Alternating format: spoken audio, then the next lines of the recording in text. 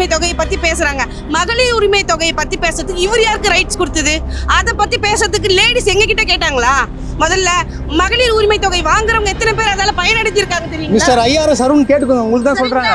ஏன்னா மகளிர் உரிமை தொகை நாங்க ஃபீல்ட் ஒர்க் போக சொல்ல எத்தனை பேர் எங்க கிட்ட வந்து சொல்லியிருக்காங்க தெரியுங்களா? டிவிக்கு நாங்க தான் வந்துருவோம், நாங்க தான் 2026ல வந்து நாங்க எங்களோட கொடியை நாங்க நிறுத்துவோம் அப்படின்னு சொல்லிட்டு சொல்றாங்க.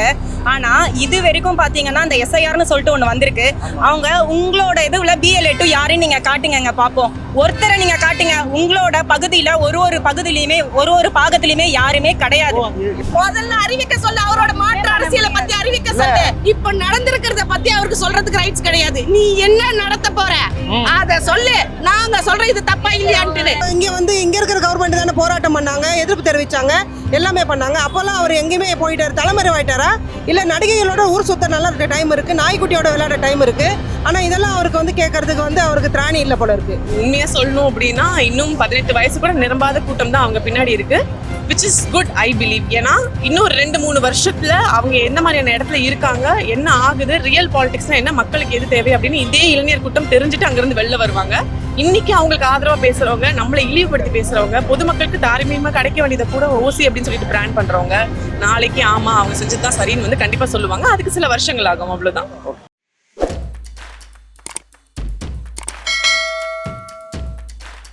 ரோஸ்ட் பிரஸ் நேயர்களுக்கு அன்பு வணக்கம். நேற்றைக்கு பார்த்தீங்கன்னா, அதாவது தாவேகா நிகழ்ச்சியில் ஐஆர்எஸ் அருண் அவர்களும் சரி, அங்கே இருக்கிற வந்து நிர்வாகிகளும் சரி என்ன சொல்லியிருக்காங்கன்னு பார்த்தீங்கன்னா, உங்களுக்கு எதுக்கு உரிமை தொகை, எதுக்கு உங்களுக்கு ஓசி பஸ் வேணுமான்ற வார்த்தையை வந்து கேட்டிருக்காங்க. இதை பற்றி வந்து பொதுமக்கள் என்ன நினைக்கிறாங்கன்றத நம்ம நேரடியாக கேட்டது. நேற்றைக்கு தாவேகா பொதுக்குழு மீட்டிங் நடந்துச்சு. அதில் பார்த்தீங்கன்னா ஒரு மாநில செயலர் அருண்ன்ற ஒரு ஐஆர்எஸ் படிச்சிருக்காரு. அவர் என்ன சொல்றாருன்னு பார்த்தீங்கன்னா, மகளிர் உரிமை தொகை வேண்டாம், உங்களுக்கு எதுக்கு உங்களுக்கு வேணுமா, அதை வச்சு ஏமாத்துறாங்க அப்படின்னு சொல்லிட்டு சொல்றாரு. அதை சொல்றதுக்கு அவர் யாரு? மகளிர் உரிமை தொகையினால எத்தனை மகளிர் பயனடைகிறாங்கன்னு உங்களுக்கு தெரியுமா? அவரை முதல்ல அவங்க ஒய்ஃப் இருந்தாக்கா பூக்கடை வந்து வைக்க சொல்லுங்க. பூக்கடை வச்சா அந்த மகளிரோட நிலைமை என்னன்னு அவருக்கு தெரியும். அப்போ வந்து அவர் வேணான்னு சொல்ல மாட்டாரு. அவரோட தலைவரி வந்து பார்த்தீங்கன்னா 200 கோடி ரூபாய் சம்பளம் வாங்குறவர். அவருக்கு என்ன தெரியும்? நாய்க்குட்டி வாங்க தெரியும், நடிகைங்க கூட சுத்த தெரியும். பொதுமக்கள் பூ வியாபாரம் பண்றவங்க, காய் வியாபாரம் பண்றவங்களோட நிலவரம் என்னன்னு தெரியாது. அவர் வேணான்னு தான் சொல்லுவார். கண்டிப்பா அது வேணும் நமக்கு. அதாவது வேலைக்கு போற பெண்கள் வேற, வீட்டில் இருக்கிற பெண்கள் வேற. வீட்டில் இருக்க பெண்களுக்கு வந்து வருமானம்ன்றது இந்த உதவித்தொகை மூலமா அவங்களுக்கு எவ்வளோ உபயோகமா இருக்குன்றது வாங்குற எங்களுக்கு எல்லாருக்குமே தெரியும். அது எந்த அளவுக்கு அது வந்து வேலைக்கு போகலனாலும் மாதம் நமக்கு 1000 ரூபாய் நமக்கு வந்துடுது. அது நம்மளோட செலவுகளை நம்ம பார்த்துக்கிறோம். அதையும் தாண்டி நமக்கு ஒரு தன்னம்பிக்கையை கொடுக்குது. அந்த மாதம் வாங்கக்கூடிய அந்த மகளிர் உரிமை தொகை நமக்கு ஒரு புதிய ஒரு ஊக்கத்தை கொடுக்குது, தன்னம்பிக்கையை கொடுக்குது. அதை எப்படி அவங்க வேணான்னு சொல்லலாம்? கண்டிப்பா அது இருக்கிற எல்லா மகளிருக்குமே ரொம்ப ரொம்ப உதவியா இருக்கு. இப்போ பார்த்தீங்கன்னா நேற்று வந்து ஒரு போராட்டம் நடத்துனாங்க கோவையில். அந்த கோவையில் பார்த்தீங்கன்னா அங்கே இருக்கிற பெண்கள், ஒரு பெண் என்ன பண்ணுறாங்கன்னா மைக் எடுத்துகிட்டு வந்து என்ன பேசுகிறாங்கன்னா, தாவேகா நிர்வாகி அவங்க என்ன சொல்கிறாங்கன்னா, ஓசி பஸ் உங்களுக்கு வேணுமா அப்படின்னு சொல்லிட்டு பொதுமக்களை நோக்கி கேட்குறாங்க. இது எப்படி பார்க்குறீங்க? உங்களுக்கு ஓசி பஸ்ன்னு சொல்கிறாங்க, இது உங்களுக்கு வேணுமா வேணாமா? அதாவது அன்றாட வாழ்க்கையில பாத்தீங்கன்னா கொஞ்ச நாளைக்கு முன்னாடிலாம் பாத்தீங்கன்னா அப்பா பஸ்ஸுக்காக நம்ம நின்றுட்டு இருக்கணும் அப்படின்ற மாதிரி எல்லாருமே நின்றுட்டு இருப்பாங்க. அதே மாதிரி இப்போதைக்கு இருக்கிற அரசாங்கம் பாத்தீங்கன்னு வச்சுக்கோங்களேன், எல்லாருக்குமே அது வந்து ஓசி பஸ்ன்னு நம்ம வந்து எடுத்துக்க கூடாது. அதாவது சில பேர் வந்து சொல்றாங்க இலவச பஸ், ஓசி பஸ் இந்த மாதிரிலாம் சொல்றாங்க. ஆனா இப்ப காலகட்டத்தில் பாத்தீங்கன்னா பெண்களுக்கு வந்து இலவசமா கொடுத்துருக்காங்க. இலவசமா கொடுக்கும்போது நம்ம ஒரு பஸ்ல போறோம் அப்படின்னா அந்த எந்த ஒரு அதாவது அந்த கண்டக்டரும் சரி, அந்த கண்டக்டர்லாம் வந்து நம்ம கிட்ட இதை கொடுங்க அதை கொடுங்க, அவங்க வந்து நம்ம போன உடனே நம்மள ஒரு மதிப்பு மரியாதையமா தான் அந்த டிக்கெட் வந்து கொடுக்குறாங்க. நம்ம போய் நின்று கேட்கணுன்ற அவசியம் இல்லை. எந்த ஒரு மகளிர்கிட்டயுமே இந்தாங்கம்மா உங்களுக்கு டிக்கெட் நீங்க வச்சுக்கோங்க அப்படின்ட்டு. ஏன்னா இப்ப நம்ம போறோம்னு வச்சுக்கோங்களேன், சப்போஸ் ஒரு டிக்கெட் இல்லைன்னா அந்த டிக்கெட் இல்லைன்ட்டு உங்களை இறக்க கூட அவசியமும் கிடையாது. அதே மாதிரி அது வந்து ஓசி அப்படின்றது அந்த லேடி சொல்றதே வேஸ்ட். அதே மாதிரி இப்ப வந்து நல்லபடியா தான் இந்த ஆட்சி போயிட்டு இருக்கு. அதனால என்னைக்குமே இந்த ஆட்சி தான் வரும்ன்றது நாங்க நிலையா சொல்றோம். இப்போ பார்த்தீங்கன்னா பெண்களுக்கு வந்து பார்த்தீங்கன்னா அவர் என்ன சொல்றாருன்னா, பாதுகாப்புன்றதே கிடையாது, நான் வந்து தான் உங்களுக்கு பாதுகாப்பு கொடுப்பேன் அப்படின்னு சொல்றாரு. இப்போ பாதுகாப்பு இல்லைன்னு நினைக்கிறீங்களா? அது எப்படி நான் அவர் சொல்றதெல்லாம் ஏத்துக்க முடியாது இல்லையா? பாதுகாப்பு இல்லைன்னு எப்படி அவர் சொல்லுவாரு? அவங்களோட தொண்டர்கள் மூலியமாவே எத்தனை பெண்கள் பாதிக்கப்பட்டிருக்காங்கன்னு அவங்களுக்கே தெரியும். ஏன் மக்களாகிய எங்களுக்கும் தெரியும். இது வந்து சும்மா கிடையாது. சும்மா வந்து எங்க ஆட்சி நாங்க வந்தா பாதுகாப்பு கொடுப்போம் அப்படின்ற ஒரு நிலையே கிடையாது. ஆல்ரெடி தமிழ்நாட்டில் நாங்கள் ரொம்ப சேஃபாக தான் இருக்கோம். நீங்க போய் மற்ற ஸ்டேட்ல கம்பேர் பண்ணி பாருங்க. அங்க போய் முதல்ல பார்க்க சொல்லுங்க, பார்த்துட்டு அப்புறம் தமிழ்நாட்டில் வர சொல்லுங்க. அங்க என்ன ஒரு 10 மணியா இருக்கட்டும், இல்ல 12 இல்ல 1 மணியா கூட இருக்கட்டும், அங்க போய் முதல்ல பெண்கள் போய் வெளியே போய் ஒர்க் பண்ணிட்டு வீட்டுக்கு ஒழுங்கா வந்து சேர்றாங்களான்னு பார்க்க சொல்லுங்க மற்ற ஸ்டேட்ல. அதெல்லாம் பேசி முடிச்சுட்டு அதுக்கப்புறம் தமிழ்நாட்டில் இப்படி ஒரு குற்றச்சாட்டு வைக்க சொல்லுங்க. மக்கள் வந்து சேஃபாக தான் இருக்காங்க, குறிப்பா பெண்கள் ரொம்ப சேஃபா இருக்காங்க. மகளிர் உரிமை தொகைன்றது வந்து எல்லா லேடிஸ்க்கும் முக்கியமானது ஒண்ணு. அதை நாங்க வரவேற்கிறோம், ரொம்ப வரவேற்கிறோம். அதை எதுக்கவும் கூடாது. சொல்றாங்களே, அது அவங்க வேணாம்னா அவங்க வேணாம்னு சொல்றதுக்கான தகுதி இல்ல. ஓகேங்களா? அதுதான் அவங்க சொல்ல வேண்டிய தகுதியே கிடையாது. நாங்க வரவேற்கிறோம். எங்களுக்கு எவ்வளவு இந்த 2 வருஷமா நாங்க ஒரு 1000 ரூபாய் தான் சொல்றீங்க, ஆனா 1000 ரூபான்றது எங்களுக்கு பெரிய விஷயம் தான். அது ஏன்னா நாங்க வீட்டுல இருக்கிறதுக்கு ஒரு லேடிஸா இருந்து அதை எவ்வளவு யூஸ் பண்றோன்னு எங்களுக்கு தான் தெரியும். இல்ல அதை வச்சு உங்களை ஏமாத்துறாங்கன்னு சொல்லி சொல்றாங்க. அப்படி கிடையாது, அது ஏமாத்தல. எங்களுக்கு வந்து கரெக்டான இடத்துல தான் எங்களுக்கு கொடுக்குறாங்க அவங்க. ஓகேங்களா? அதனால வந்து அதை வந்து அவங்க தடுக்கவும் முடியாது, அவங்க சொல்லவும் முடியாது. எங்களோட உரிமை எங்களுக்கு கொடுக்குறாங்கன்றது நாங்க வாங்கி தான் ஆகணுன்றது அவங்களுக்கு எங்களுக்கு கொடுத்த அங்கீகாரம் அது. அதை நாங்க எப்படி அது எங்க உரிமை எப்படி நாங்க விட்டு கொடுக்க மாட்டோம். அதுதான் மகளிர் உரிமை தொகை வந்து நாங்கள் தான் வேண்டாம்னு சொல்லணும். அது சொல்கிறதுக்கு அவருக்கு வந்து எந்த உரிமையும் கிடையாது, அவருக்கு தகுதியும் கிடையாது. அவருக்கு என்ன தெரியும்? அவர் ஒரு நாளைக்கு ஒரு காரில் போகிறாரு வராரு, அது அவருக்கு பற்றி வந்து எதுவுமே அவருக்கு தெரியாது. ஆனால் பேசுறது மட்டும் அதுமாதிரி பேசிகிட்டு இருக்காங்க. அந்த 1000 ரூபாய் இருக்கிறனால ஜனங்க வந்து எவ்வளோ வந்து அதை வந்து சேவ் பண்ணுறாங்க, எவ்வளோ பயனாகிறாங்கன்றது அவங்கவுங்களுக்கு தான் தெரியும். லேடிஸ் கிட்ட போய் நேரடியாக போய் பேசினாருன்னா கண்டிப்பாக அவருக்கு வந்து அதுக்கான என்ன சொல்கிறது, ஒரு பிரச்சனையை வந்து அவர் ஃபேஸ் பண்ணுறதா இருக்கும். நேரடியாக பேசினாருன்னா தான் அவருக்கு தெரியும். இவன் மறைமுகமாக என்ன வேணால் பேசலாம், என்ன பயன் இருக்குது, அதனால் என்ன பிரயோஜனம் எல்லாமே பேசலாம். ஆனால் அது பயன்படுறவங்களுக்கு அது ரொம்ப பெரிய விஷயம். அந்த 1000 ரூபாய் இருந்தால் அவங்களுக்கு ஒரு மாதத்துக்கு எவ்வளோ சேவ் ஆகுதுன்றது அவங்க கிட்ட போய் நேராக கேட்டால் தான் தெரியும். 2 நாட்களுக்கு முன்னாடி பார்த்தீங்கன்னா இந்த தாவேக்காவோட பொதுக்குழு மீட்டிங் நடந்துச்சு. அதில் வந்து ஐஆர்எஸ் படிச்சிருக்காரு அருண் அவருக்கு என்ன சொல்லியிருக்காருன்னு பார்த்தீங்கன்னா, உரிமை தொகையில உங்களுக்கு வேண்டாம் ஏன் அப்படின்னு சொல்லிட்டு கேட்டிருக்காங்க. அதே போல பார்த்தீங்கன்னா இன்னொரு மேடையில பார்த்தீங்கன்னா ஓசி பஸ் உங்களுக்கு வேண்டாம்னு சொல்லியிருக்காங்க. இதை பத்தி என்ன நினைக்கிறீங்க நீங்க? அது வேண்டாம் மகளிருக்கு? இருக்கப்பட்டவங்க வந்து இல்லாதவங்களுக்கு கிடைக்கக்கூடிய சலுகைகளை கூட ஓசி அப்படின்றத வந்து லேபிள் குத்தி டிஃபேம் பண்ணி இந்த கவர்மெண்ட் கெட்ட பேர் வரணும்னு நினைக்கிறாங்க. ஆனா அதை உபயோகப்படுத்துறவங்க அது அவங்க வாழ்க்கை எவ்வளவு தூரம் மாத்திருக்கு அப்படின்றத கல்வியில் சிறந்த தமிழ்நாடு அப்படின்ற இந்த கல்வி நிகழ்ச்சியிலேயே நம்ம பார்க்க முடிஞ்சது. ஸோ மக்களுக்கு தார்மீகமா கிடைக்க வேண்டிய சலுகை சாதாரண இல்ல அப்படின்றது தமிழ்நாடு பல இடங்கள்ல வந்து ப்ரூவ் பண்ணிருக்கு. ஃப்ரீபீஸ் கொடுத்து வந்து மக்களுடைய வாழ்வாதாரத்தை வந்து மாத்துறாங்க, கெடுக்கிறாங்க, மக்களை வந்து லேசி ஆக்குறாங்கன்னு சொல்லிட்டு நம்மளை பார்த்து குற்றச்சாட்டின மாநிலங்கள்லாம் இன்னைக்கு தமிழ்நாட்டுடைய ஸ்கீம்ஸை அவங்கள அடாப்ட் பண்ற அளவுக்கு அவங்க மாறி இருக்காங்க. நாம எங்கேயும் நம்மளோட ஸ்கீம் அடாப்ட் பண்ணிருக்காங்க, இங்க பாருங்க அங்க பாருங்க அவங்க மாதிரி பாயிண்ட் அவுட் பண்ணல. தேவைப்படுறவங்களுக்கு அரசு கொடுக்கக்கூடிய சலுகையை இப்படி தவறா பேசி தங்களுடைய அரசியல் பொழப்பை வந்து நெக்ஸ்ட் லெவலுக்கு கொண்டு போகணும் அப்படின்னு நினைக்கிறாங்க. அதை மற்றவங்க செஞ்சுதான் பரவாயில்ல, ஆனா ஒரு ஆஃபீஸரா எக்ஸ் ஆஃபீஸரா இருந்து அவர் செய்யறது சரியான விஷயம் கிடையாது. ஏன்னா அவருக்கு தெரியும் மக்களுடைய வாழ்வாதாரம் எவ்வளவு தூரம் இந்த மாதிரியான விஷயங்கள்னால தமிழ்நாட்டுல உயர்ந்திருக்குன்னு தெரிஞ்சும் அரசியல் பிழைப்புக்காக அவங்க இப்போ அங்க பேசக்கூடிய சூழல்ல இருக்காங்கன்றத பார்க்க வருத்தமா இருக்கு. அப்புறம் பாத்தீங்கன்னா ஒருத்தங்க என்ன சொல்றாங்கன்னா, மேடையில தாவேக்கா மேடையில உங்க மாதிரி இளம் பெண்கள் அவங்க என்ன சொல்றாங்க, பெண்கள் எல்லாமே மொத்தமா சேர்ந்து ஓசி பஸ்ல உங்களுக்கு தேவையா, ஓசி பஸ் உங்களுக்கு தேவையான்னு சொல்லிட்டு கேக்குறாங்க. அது ஓசி பஸ்னே சொல்லக்கூடாது அவங்க. ஓகேங்களா? ஓசி பஸ் சொல்லக்கூடாது, அதை சொல்லி கொடுத்து அவங்க வர வச்சு சொல்றாங்க. அதனால ஓசி பஸ் கிடையாது, அது எங்களோட உரிமை, எங்களுக்காக யூஸ் பண்றது. அதை வந்து சொல்லி கொடுத்து அவங்க சொல்றதால அவங்க சொல்றாங்க. அது பின்னாடியே அவங்க வந்து சொல்லி கொடுத்ததால சொல்றதால சொல்லக்கூடாது. உண்மையா அவங்களுக்கே தெரியும், அவங்கள பயணிச்சிருப்பாங்க, அதுல அவங்க பயணிச்சிருப்பாங்க. சும்மா அவங்களுக்காக பேசுறாங்கன்னு பேசக்கூடாது, உண்மையா பயணிச்சிருப்பாங்க, சொல்லியிருக்காங்க, சொல்றாங்க இல்லையா? அந்த ஓசி பஸ்ஸுக்கு நெருங்கின உறவினர்கள் அவங்க சம்பந்தப்பட்டவங்க யாருமே போலையா? அதுல ஓசி பஸ் மாற்றம் கொண்டு வரேன், மகளிருக்கான பாதுகாப்பை நான் தான் கொடுப்பேன்னு சொல்றாரு. இப்ப பாதுகாப்பு இல்லைன்னு தமிழ்நாட்டுல. பாதுகாப்பு ஏன் இல்லை? 12 மணி நைட்டுக்கு போனா கூட லேடிஸ்க்கு பாதுகாப்பு நம்ம தமிழ்நாட்டை நல்லாவே இருக்கேன், நம்ம கவர்மெண்ட் நல்லாவே நம்மளுக்கு தராங்களே. வேற எந்த மாநிலத்திலயும் அந்த பாதுகாப்பு இல்லையே, இங்கதான் எல்லா பாதுகாப்பும் இருக்குது. ஐடி வேலை செய்யற பசங்க, பொம்பளை பசங்க பாதி பேர் லேடிஸ் தான். எல்லா ஊர்ல இருந்தும் வந்து தமிழ்நாட்டில் தான் தங்கி வேலை செய்யறாங்க. யாருக்கு பாதுகாப்பு இல்லைன்னு யார் அழுதாங்க அவர்கிட்ட? மணிப்பூர்ல கலவரம் நடந்தப்போ அவர் எங்க போனாரு? அப்ப எதுவுமே வாய் திறக்கலையே. அன்னைக்கு பேச வேண்டியதானே? அன்னைக்கு என்ன ஆச்சு அவரோட பேச்சு? அன்னைக்கு தொண்டை யாராவது பிடிச்சிட்டாங்களா? அப்ப இதே திமுக ஆட்சி தான் போய் அங்க நின்னுச்சு. அன்னைக்கு நம்ம தானே இங்க இருக்கிற கவர்மெண்ட் தானே போராட்டம் பண்ணாங்க, எதிர்ப்பு தெரிவிச்சாங்க, எல்லாமே பண்ணாங்க. அப்பெல்லாம் அவர் எங்கேயுமே போயிட்டாரு, தலைமறைவாயிட்டாரா? இல்ல நடிகைகளோட ஊர் சுத்த நல்லா டைம் இருக்கு, நாய்க்குட்டியோட விளையாட டைம் இருக்கு. ஆனா இதெல்லாம் அவருக்கு வந்து கேட்கறதுக்கு வந்து அவருக்கு திராணி இல்லை போல இருக்கு. அதாவது அந்த லேடி வந்து நேற்று அந்த நடந்த கலவரத்தப்ப ஓசி பஸ்ன்னு சொல்லியிருக்காங்க இல்லையா. ஓசி பஸ்ஸாக இருந்துச்சுன்னா நேற்று வந்து நம்ம தமிழ்நாடு அரசு வந்து ஒரு இது அறிவிச்சிருக்காங்க. குழுவில், அதாவது மகளிர் சுய உதவி குழுவில் இருக்கிறவங்க வந்து 100 கிலோமீட்டர் தூரம் வரைக்கும் தான் செய்கிற தொழிலுக்கான எந்த ஒரு பொருளையுமே இலவசமாக கொண்டு போகலாம் அப்படின்ட்டு. அப்போ நீங்கள் இதை ஓசின்னு சொல்லும் போது அதையும் இலவசம் தான் நீங்கள் சொல்லுவீங்களா? உங்களோட உழைப்பை நீங்கள் வந்து மக்களுக்கு கொண்டு போகிறீங்க. உங்களுக்கு அதாவது நீங்கள் இப்படி போகும்போது ஒரு 100 கிலோமீட்டருன்றது வந்து நம்ம கொண்டு போய் ஒரு பொருளை சேல் பண்ணுறோன்ற போது நம்ம பஸ்ஸில் போகிறோன்னா கண்டிப்பாக நம்மளுக்கு அதுக்கான செலவு ஆகும். இப்போ வந்து நம்ம அதுக்காக ஸ்பெண்ட் பண்ணுற காசை நம்ம இதுக்கப்புறம் பண்ண தேவையில்லைன்றதை தான் நம்மளுக்கு இந்த தமிழ்நாடு அரசு நம்மளுக்கு இப்போ அறிவிச்சிருக்காங்க. அப்படி இருக்கும் போது நீங்கள் அந்த ஓசி பஸ்ன்னு சொல்கிற வார்த்தையை நீங்கள் அங்கே பயன்படுத்தியிருக்கவே கூடாது.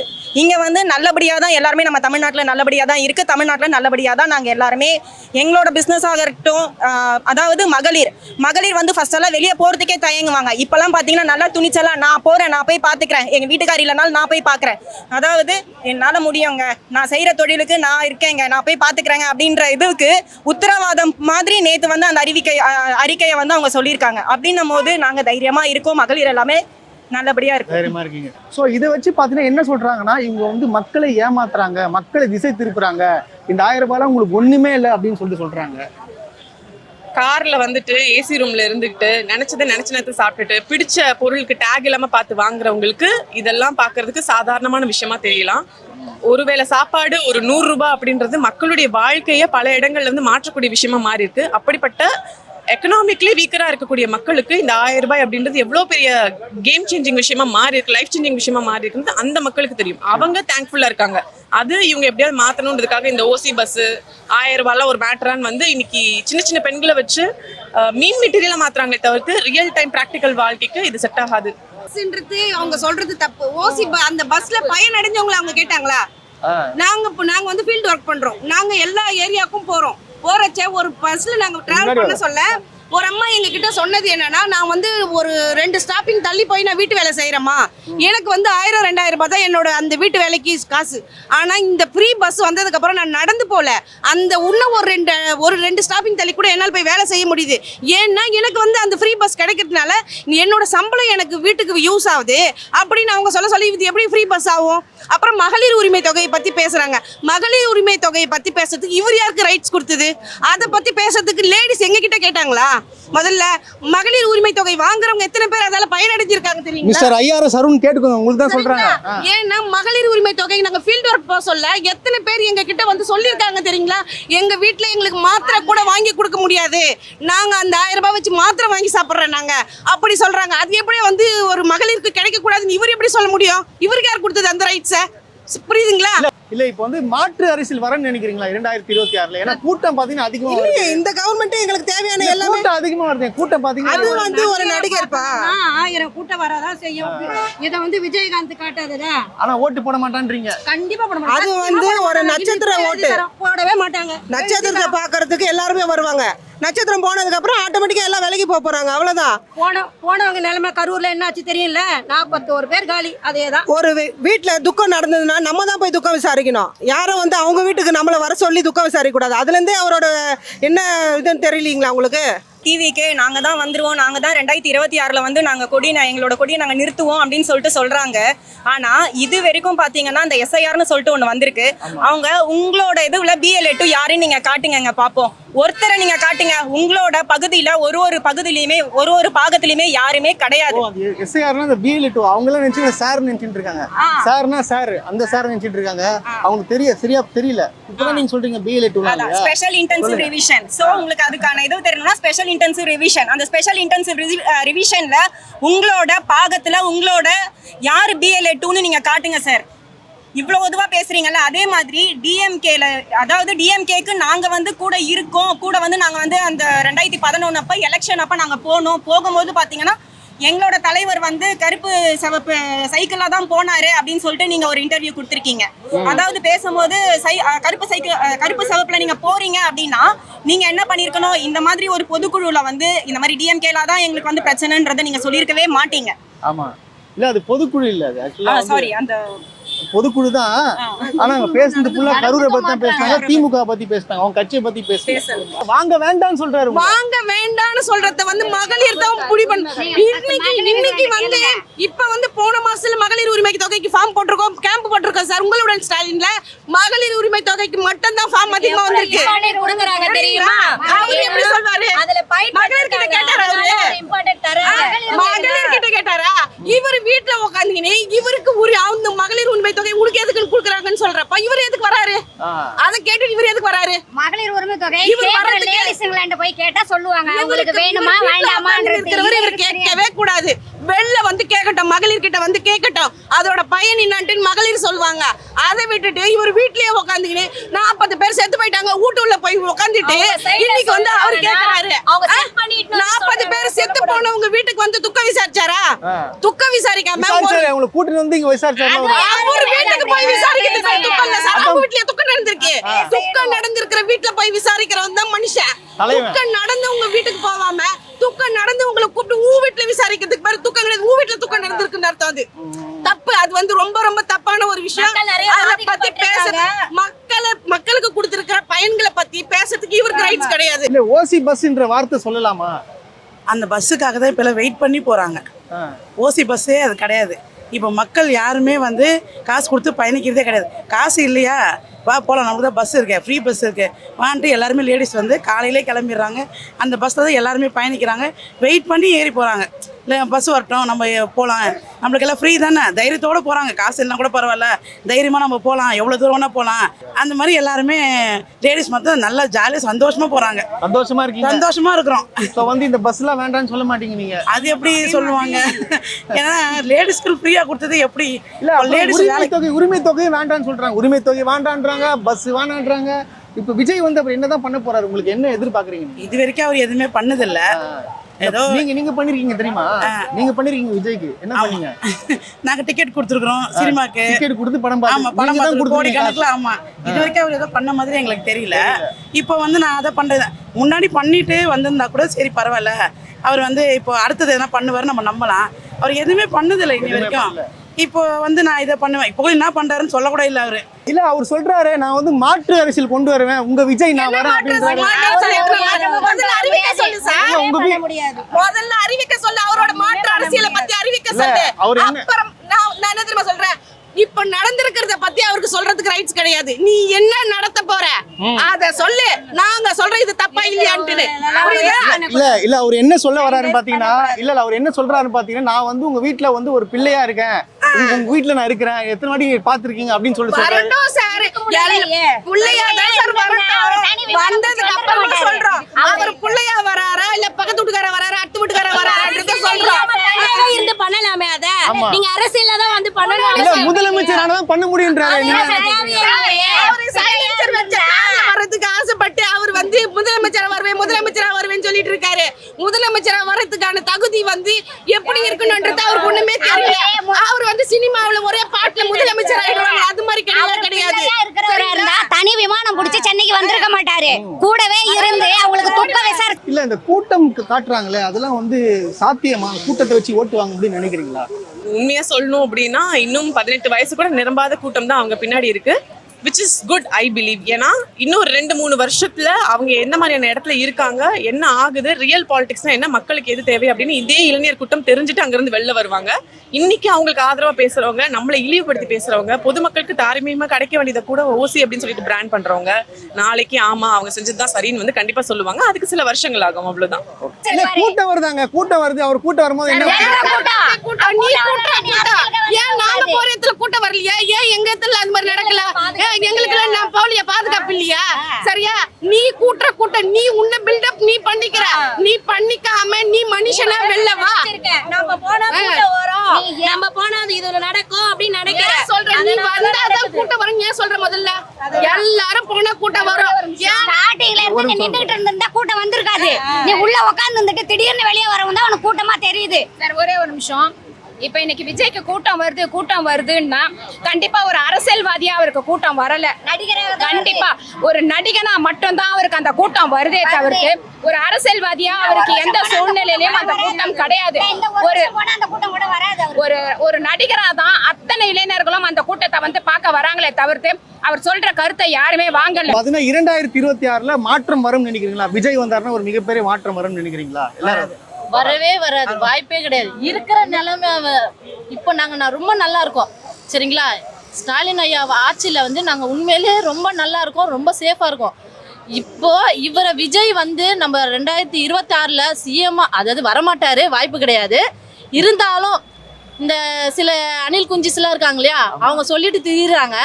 அவங்க இன்கேஸ் வந்தாருன்னா அடியும் ஆட்சிக்கு வந்தாங்கன்னா சொல்றாங்க வாய்ப்பு கிடையாது. ஆட்சிக்கு வந்தாங்கன்னா இருக்கிற நிலைமையை விட 100 மடங்கு நம்ம கீழே போயிடுவோம். இதுதான் வந்து உண்மையான நிசத்தமான உண்மை சரிங்களா. அதனால இவங்க சொல்றாங்க ஓசி பஸ்ஸு ஒரு உரிமை தொகை வேண்டாம். நான் ஒன்று கேட்குறேன் அந்த லேடி கிட்ட, அந்த பொண்ணுக்கிட்ட, ஓசி பஸ் வேணாம், மகளிர் உரிமை வேணான்றாங்களே. அவங்க ஃபேமிலியில் அவங்க அப்பா இல்லை, அவங்க அம்மா இல்லை அவங்க அண்ணன் தங்கச்சி, அவங்க பெரியப்பா பெரியம்மா, இந்த மாதிரி ஃபேமிலியில் ஒருத்தராச்சும் அவங்க ஃபேமிலியில் உரிமை தொகை வாங்காத ஒருத்தரை சொல்லுங்க. இல்லை ஒருத்தரை வந்து ஒருத்தரை நாங்கள் பயணம் பண்ணல, நாங்கள் வந்து இந்த பஸ்ஸில் வந்து நாங்கள் ஓசியில் பயணம் பண்ணலன்னு ஒருத்தரை சொல்லுங்க. அவங்க சொல்கிறத நான் அக்செப்ட் பண்ணுறேன். அதுக்கான துணிச்சல் இருக்கு அந்த பொண்ணுக்கு. வேண்டான்னு எழுதி கரைய பத்திரத்துல எழுதி கொடுக்க சொல்லுங்க. அப்பதான் நாங்க அக்செப்ட். இல்ல எங்க வீட்டுல வந்து ஒருத்தர் கூட உரிமை தொகை வாங்கல, ஒருத்தர் கூட இந்த பஸ்ல வந்து பயணிக்கலன்னு ஒருத்தரை சொல்லுங்க. அப்புறம் அந்த பொண்ணை சொல்றதை நாங்க அக்செப்ட் பண்றோம். இல்லம்மா, எனக்கு ஒரு கேள்வி இருக்கு. பாத்தீங்கன்னா நேத்தும் பாத்தீங்கன்னா என்ன பண்றாங்கன்னா ஒரு பெண், அதாவது என்ன சொல்றாங்கன்னா, நான் வந்து என்னுடைய பெண்ணை குழந்தை ஒரே குழந்தை தான் இருக்கு, அந்த குழந்தை வந்து ஐசியூல இருக்கான், அதை விட்டுட்டு கூட நான் வந்து விஜய் நான் பாக்குறதுக்கு வரேன், எனக்கு பார்க்க சந்தோஷம் சொல்றாங்க. இப்படியேப்பட்ட தாய்மார்கள் என்ன சொல்றீங்க? புள்ளைய விட்டுட்டு அவனை பாக்குறதுக்கு வந்தேன்னு சொல்றது கேவலமா இல்ல? எந்த கட்சிக்காரங்க சொல்லிருக்காங்களோ உன் குழந்தைய விட்டுட்டு நாங்க வந்து பாருமா அப்படின்னு சொல்லிட்டு அது வந்து எதால வர்றது? அரசியல்வாதிக்காக கிடையாது. அரசியல்வாதிக்கு ஒரு சினிமா நடிகன்ற ஒரு மோகத்தினால வர்றது. அவர் கிட்ட போய் பார்த்தா யாருமே ஓடி வரமாட்டாங்க. சரி, அது மேக்கப்ல மட்டும் தான் அவர் வந்து பாப்பாங்க. இல்ல இப்ப 2026ல அவர் வரதுக்கான வாய்ப்பு இருக்கா? இல்ல வாய்ப்பு முடியாது. கேட்டுங்க சார்,